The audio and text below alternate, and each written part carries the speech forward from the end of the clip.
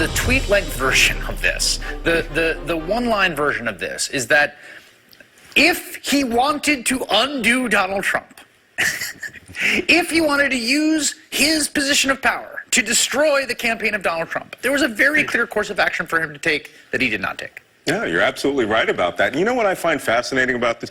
Juxtapose this person who we saw today, standing there for the honor of the FBI, showing how he used his integrity. Yes, he said private things as a citizen, but he also stood up for the First Amendment. I was quite pleased with that. But on the other hand, juxtapose that with his boss, Director Comey, who went out and made statements about Hillary Clinton. Right. He didn't keep his mouth shut at a time that he really should have. And so we have a guy in charge of the counterintelligence division who understood the severity of what was going on, what could arguably be the single most important investigation in American history, and he kept the faith of the Bureau.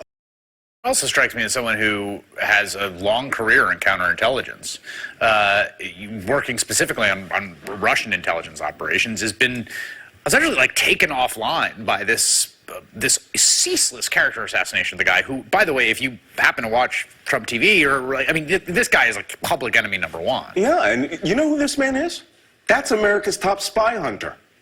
That's who he is. He's the man that finds enemies within the United States, whether they're members of ISIS, whether they're members of Al-Qaeda, or whether they're hostile intelligence agencies.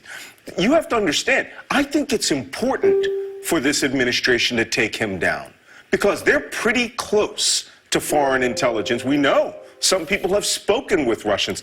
The Russians really, really must be very pleased today to see that America's top internal security hunter is now being ripped apart. And what I loved about that, the hearing today, it sort of reminded me, I think the Republicans really wanted one of those Saddam Hussein-like show trials where you bring the guy out and you chastise him and you throw a shoe at him. But we hit the guardrails of democracy today. You saw the opposition furious. You saw the man defend himself and the First Amendment, and it was not a spectacle, but it was a show.